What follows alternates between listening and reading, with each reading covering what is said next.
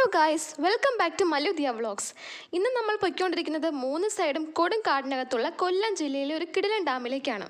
കേരളത്തെയും തമിഴ്നാടിനെയും തമ്മിൽ ബന്ധിപ്പിക്കുന്ന വളരെ പ്രശസ്തമായ ഒരു റോഡിലൂടെയാണ് നമ്മൾ പൊയ്ക്കൊണ്ടിരിക്കുന്നത്. കൊല്ലം തെങ്കാശി റോഡ്. എപ്പോൾ വേണമെങ്കിലും വന്യജീവികൾ നമ്മുടെ മുന്നിൽ പ്രത്യക്ഷപ്പെടാം എന്നുള്ളത് കൊണ്ട് തന്നെ ഇതുവഴി വരുന്നവർ കെയർഫുള്ളായി വണ്ടി ഓട്ടിക്കണമെന്നാണ് എനിക്ക് പറയാനുള്ളത്. പോരാത്തതിന് കേരളത്തിൽ നിന്ന് തമിഴ്നാട്ടിലേക്കും അവിടെ നിന്ന് തിരിച്ചും നല്ല ഹെവി ലോഡുമായിട്ട് വരുന്ന ഇഷ്ടംപോലെ ലോറികളും നമുക്ക് മുമ്പിൽ എപ്പോൾ വേണമെങ്കിലും പ്രത്യക്ഷപ്പെടാം.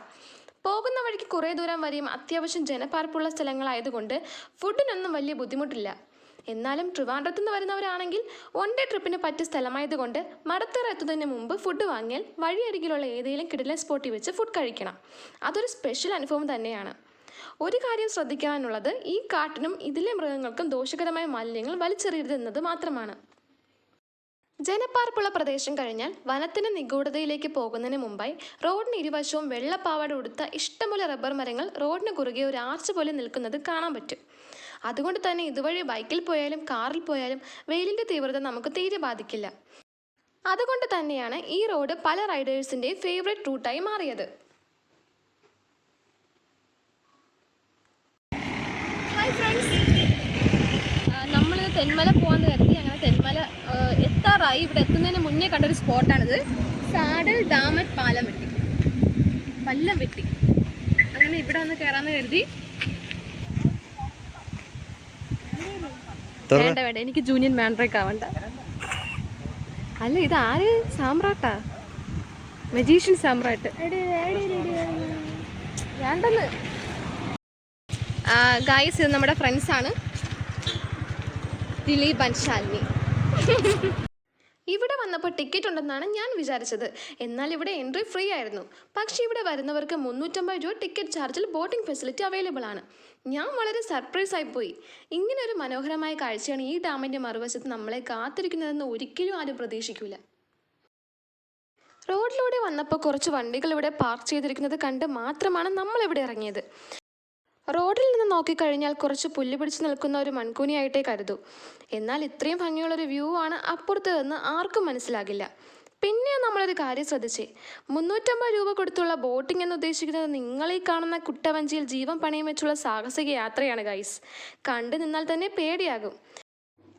ഈ ഒരു സേഫ്റ്റി ഇല്ലാത്ത കുട്ടവഞ്ചിയിൽ ജീവൻ പണയം വെച്ച് കയറുന്നതിന് ഇവർ നമുക്ക് ഇങ്ങോട്ട് പൈസ തരണം. ആ കാണുന്ന കാടിനരികിലൂടെയുള്ള വഴിയിൽ കൂടിയാണ് കുട്ടവഞ്ചിയിൽ കയറാനായി ആളുകൾ നടന്നു പോകുന്നത്. ഞാനിങ്ങനെയൊക്കെ പറഞ്ഞെങ്കിലും ഈ കുട്ടവഞ്ചിയെ വിശ്വസിക്കുന്ന ഇഷ്ടം പോലെ ആൾക്കാർ ഇത് എൻജോയ് ചെയ്യാനായി ഇവിടെ വരുന്നുണ്ട്. ഒരു പടം വരച്ചു വെച്ച പോലെ മനോഹരമായ നീല ജലാശയത്തിന് മുകളിൽ ഒഴുകി നടക്കുന്ന പോലെ തോന്നുന്ന കുന്നുകൾ, വെള്ളപ്പുതപ്പോലെ മേഘങ്ങൾ, സഖ്യപർവ്വതത്തിൻ്റെ മേനിയാകെ കുളിരുകൊണ്ട് മൂടുന്ന പ്രകൃതിയുടെ കണ്ണഞ്ചിപ്പിക്കുന്ന ഈ വിഷ്വൽ റിയാലിറ്റി ആരെയും ഭാവഗായകനാക്കുന്ന ആത്മസൗന്ദര്യമാണ്. ചുമ്മാതാണോ പ്രകൃതി പല കവികളുടെ മനസ്സിൽ കാവ്യം രചിക്കുന്നത്? ഇതെല്ലാം ആസ്വദിച്ച് നടന്ന സമയം പോയതറിഞ്ഞില്ല. നമ്മുടെ കൂടെയുള്ള യുവമിഥുനങ്ങൾ ഇവിടെ കിടന്ന് ഓടി കല്ലിൽ തട്ടി ഡാമിലെങ്ങാനും വീണാൽ എടുക്കാൻ എനിക്ക് നീന്തലറിയാത്തത് കൊണ്ട് ഇവരെ ഇനി അധിക നേരം ഇവിടെ നിർത്തുന്നത് ശരിയാവില്ല. നമ്മുടെ മെയിൻ ഡെസ്റ്റിനേഷനിലേക്ക് പോകാം. Kallada irrigation project Thenmala. വിശാലമായ പാർക്കിംഗ് ഗ്രൗണ്ടിൽ വണ്ടിയും പാർക്ക് ചെയ്ത് ടിക്കറ്റ് കൗണ്ടറിലേക്ക് നടന്നു. വലിയ ക്യൂ ഒന്നുമില്ല. ദിലീപ് ചേട്ടൻ ടിക്കറ്റ് എടുക്കാൻ നിൽക്കുവാണ്. ഇഷ്ടംപോലെ അഡ്വഞ്ചറസ് ആക്ടിവിറ്റീസ് ഇവിടെയുണ്ട്. ഒരു ഫുൾ ഡേ എൻജോയ് ചെയ്ത് പോകാൻ പറ്റിയ സ്ഥലമാണ്. പക്ഷേ നമ്മൾ രാവിലെ പെട്ടെന്ന് പ്ലാൻ ചെയ്ത ട്രിപ്പായതുകൊണ്ട് നമ്മളിപ്പോൾ ഇവിടെ എത്തിയപ്പോൾ തന്നെ 2 മണിയായി. 4 മണി വരെയാണ് ഈ ആക്ടിവിറ്റീസിൻ്റെ എല്ലാം പ്രവർത്തന സമയം. ഒരാൾക്ക് 450 രൂപ വെച്ചാണ് ഇവിടെ ചാർജ് ചെയ്യുന്നത്. രാവിലെ വരാൻ കഴിയാത്തത് നല്ല നിരാശയുണ്ട് ഫ്രണ്ട്സ്. നിങ്ങളിവിടെ വരുന്നെങ്കിൽ മാക്സിമം രാവിലെ വരാൻ ശ്രമിക്കുക. എന്തായാലും അഡ്വഞ്ചറസ് ആക്ടിവിറ്റീസിന് നമുക്കിപ്പോൾ സമയമില്ല. സോ ഡാം ഒന്ന് കയറി കാണാമെന്ന് വിചാരിക്കുന്നു. അത്യാവശ്യം ദൂരം നടക്കാനുണ്ട്. പിന്നെ നടക്കുമ്പോൾ സൂക്ഷിച്ച് നടക്കണം. ആഹാര സാധനങ്ങളൊന്നും കയ്യിൽ കരുതരുത്. കുരങ്ങന്മാർ ആക്രമിക്കാൻ സാധ്യതയുണ്ട്. പിന്നെ സ്വന്തം റിസ്കിൽ ഫുഡ് നൽകുന്നവരാണെങ്കിൽ കുരങ്ങൻ്റെ കടി കിട്ടാൻ നോക്കുക.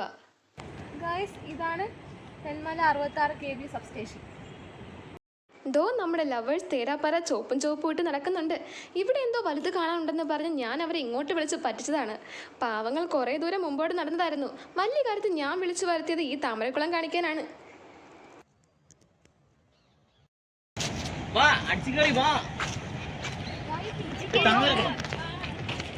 ഇവിടെ ഒരു കുളം സെറ്റ് ചെയ്തിട്ടുണ്ട്. ഇത് കുളമാണോ? ഇതിപ്പോൾ ഡാമിൻ്റെ കാലമല്ലേ, ഒരു കുഴപ്പമില്ലാത്ത സ്ട്രോങ് ആയ ഈ ഡാമിൻ്റെ മുമ്പിൽ ഇങ്ങനെ വന്ന് നിൽക്കുമ്പോൾ തന്നെ എൻ്റെ നെഞ്ച് പിടയ്ക്കുന്നുണ്ട്. അപ്പോൾ ഇപ്പോൾ പൊട്ടും എന്ന് പറഞ്ഞിരിക്കുന്ന മുല്ലപ്പെരിയാറിൻ്റെയൊക്കെ അടുത്ത് താമസിക്കുന്നവരുടെ മനസ്സ് എന്തായിരിക്കും? അങ്ങനെ നമ്മൾ ഡാമിൻ്റെ താഴത്തെ കാഴ്ച കണ്ടു. ഡാമിൻ്റെ ഷട്ടർ തുറന്ന് കിടക്കുന്നത് ഞാൻ ആദ്യമായിട്ടാണ് കാണുന്നത്.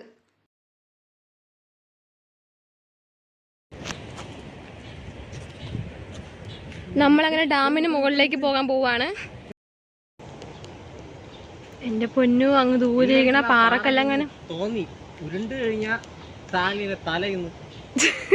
ആ പാറ എങ്ങാനും ഇങ്ങ് ഉരുണ്ട് വന്ന് വീണ ഗായ്സ് പെട്ടു. ഗായ്സ്, നമ്മളിപ്പോൾ ഡാമിന് മുകൾ വശത്തേക്ക് പോകാൻ പോവുകയാണ്. അപ്പോൾ ഇതാണ് പോകുന്ന വഴി. മുകളിലോട്ട് കയറി പോകാം. ഡാം എന്ന വെള്ളം ഒഴുകുന്ന സൗണ്ട് ഇവിടെ നന്നായിട്ട് കേൾക്കാൻ പറ്റും.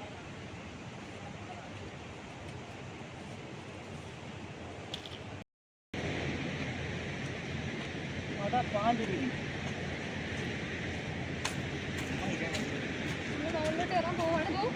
അങ്ങോട്ടാണ് കയറാൻ പോകുന്നത്. ഒരു പടികൂട്ട് സ്റ്റെപ്സ് ഉണ്ട്.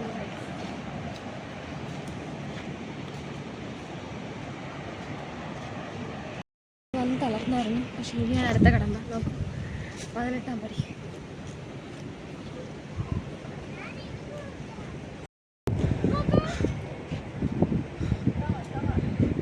അതെന്താ തേയിലത്തോട്ടോ? കടമ്പ എല്ലാം കടന്നു. ഇനി ഇത്ര സ്റ്റെപ്പും കൂടെ ഉള്ളു ബാക്കി. കഴിയുമ്പോൾ നമ്മൾ മുകളിലെത്തും. അപ്പോൾ സ്റ്റെപ്പൊക്കെ നമ്മൾ കയറി തീർന്നു. നന്നായിട്ട് കഷ്ടപ്പെട്ടു. ആദ്യമായിട്ട് ഡാമിൻ്റെ മുകളിൽ കയറിയതിൻ്റെ എക്സൈറ്റ്മെൻറ്റിലാണ് ഞാൻ. അതുകൊണ്ട് മുമ്പേ ചാടിത്തുള്ളി പോകുന്നത് ഞാനാണ്. ഇതിന് തിരിച്ചിറങ്ങണമെന്ന് ആലോചിക്കുമ്പോഴാണ് നല്ല മലനിരകളുണ്ട്. ഇത് സൂപ്പറായിട്ടൊരു വ്യൂ ആണിത്. കയറി വരാൻ പാടുവിട്ടാൽ ഇവിടുത്തെ വ്യൂ സൂപ്പറാണ്. ഗൈസ്, ഇതാണ് നമ്മുടെ ടോപ്പ് വ്യൂ ആണ്. നമ്മളെ തെന്മല ഡാമിൻ്റെ ഏറ്റവും മുകളിൽ നിന്നുള്ള വ്യൂ ആണ്. എന്നെ കാണിക്കുന്നത് ഈ കാണുന്ന ബിൽഡിംഗ് ഇവിടുത്തെ ഇലക്ട്രിസിറ്റി പ്രൊഡക്ഷൻ്റെ യൂണിറ്റ് ആണ്. ഇവിടുത്തെ ഇൻസ്റ്റാൾഡ് കപ്പാസിറ്റി എന്ന് പറയുന്നത് 15 മെഗാവാട്ടാണ്. ആനുവലി ഒരു 65 മെഗാ യൂണിറ്റ് ഇവിടെ പ്രൊഡ്യൂസ് ചെയ്യുന്നുണ്ട്. നമ്മൾ ആദ്യം കണ്ട ഡാമിൻ്റെ വ്യൂ പോലെ തന്നെയാണ്. പക്ഷേ ഇവിടെ നടുക്കൊരു ഐലൻഡ് ഉണ്ട്. ഇവിടെ നിൽക്കുമ്പോൾ അവിടെ പോകണമെന്നൊക്കെ തോന്നും. പക്ഷെ അങ്ങോട്ടൊന്നും പ്രവേശനമില്ല. വെള്ളം അത്യാവശ്യം കുറവാണെന്ന് തോന്നുന്നു. കാരണം വെള്ളം നേരത്തെ നിന്ന പാടൊക്കെ ഇവിടെ കാണാൻ പറ്റും. മഴക്കാലത്ത് നിറയുമായിരിക്കും. സത്യം പറഞ്ഞാൽ ഇവിടെ ഇപ്പോൾ നമ്മൾ മാത്രമേ ഉള്ളൂ. ഒരു സെക്യൂരിറ്റി പോലും ഇല്ല. നമ്മൾ വന്നതിൻ്റെ ഓപ്പോസിറ്റ് സൈഡിൽ കൂടി ഒരു ഗേറ്റ് കൊടുത്തിട്ടുണ്ട്. അതുവഴി പോകാമെന്നൊന്നും എനിക്കറിയില്ല. ചോദിക്കാനും ആരുമില്ല. പക്ഷേ ആ സ്റ്റെപ്പ് ഇറങ്ങുന്നത് ആലോചിക്കുമ്പോൾ ഇതുവഴി നടന്നു പോകാൻ പറ്റുമെങ്കിൽ അതായിരിക്കും ബെറ്റർ. എന്തായാലും നമ്മൾ നടന്നു തുടങ്ങി. ഇവിടെ ഒരു ബോർഡ് കണ്ടിട്ടുണ്ടായിരുന്നു, ശെന്തുരുണി വൈൽഡ് ലൈഫ് സാങ്ച്വറി എന്ന്. നമ്മുടെ മുമ്പിലൊന്നും ആരും ഇല്ലായിരുന്നു. എല്ലാവരും പേടിച്ച് വിറച്ചു ഗൈസ്.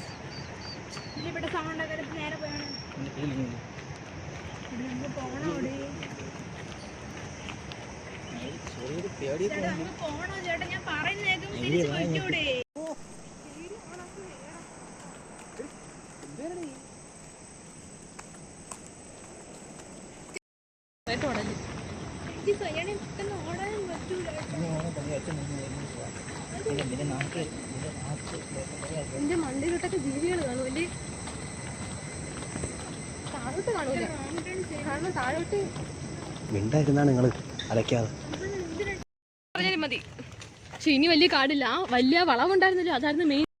മറ്റേ പ്രയാത്തിനെ കിട്ടണമെന്നൊക്കെ രാത്രിയൊക്കെ ഇവിടെ വരണം അല്ലേ? എന്തായാലും നമ്മൾ പുറംലോകം കണ്ടു ഗൈസ്. ആദ്യം നമ്മൾ വിചാരിച്ചത് കാട്ടിനകത്തോട്ട് പോകുന്ന റോഡാണെന്നാണ്. ആ ഒരു സിറ്റുവേഷനിൽ ഞാനും ശാലിനി നന്നായിട്ട് പേടിച്ചായിരുന്നു. എന്തായാലും ഒരു കിടിലൻ എക്സ്പീരിയൻസ് ആയിരുന്നു. ഈ ഒരു ട്രിപ്പ് എന്തായാലും വേസ്റ്റ് ആയിട്ടില്ല. നമ്മൾ എപ്പോൾ ട്രിപ്പ് പോയാലും നമ്മൾ 4 പേരുമായിട്ടാണ് പോകുന്നത്. എല്ലാ ട്രിപ്പിലും എന്തെങ്കിലും ഇതുപോലെ അഡ്വഞ്ചറൊക്കെ ഉണ്ടാകാറുണ്ട്. അതുകൊണ്ട് അഡ്വഞ്ചർ നമുക്ക് നല്ല ഇഷ്ടമാണ്. ഇത്രയും പേടിച്ചിരുന്ന് നമ്മളെ കുറച്ചുകൂടി പേടിപ്പിക്കാനായിട്ട് ചേട്ടൻ തിരിച്ച് പാലോട് സുമതി വളവ് വഴിയാണ് നമ്മളെ കൊണ്ടുപോയത്. അതും കറക്റ്റ് നേരെ ഉരുട്ടിയ സമയത്ത്. ഈ നേരത്ത് കാട്ടിനകത്തൂടെയുള്ള യാത്ര രോമാഞ്ചപ്പെടുത്തുന്നതായിരുന്നു. എന്തായാലും സുമതിയെ കാണണമെന്ന് ആഗ്രഹിച്ചിരുന്നെങ്കിലും നല്ല തിരക്കുള്ള സമയമായതുകൊണ്ടായിരിക്കാം സുമതി ഇന്ന് വന്നില്ല. നമ്മൾ 2 സുമതികൾ വണ്ടിയിലുള്ളപ്പോൾ വേറൊരു സുമതിയുടെ സ്കോപ്പില്ലെന്ന് കരുതി കാണും. അങ്ങനെ നമ്മുടെ വീഡിയോ ഇവിടെ അവസാനിപ്പിക്കുകയാണ്.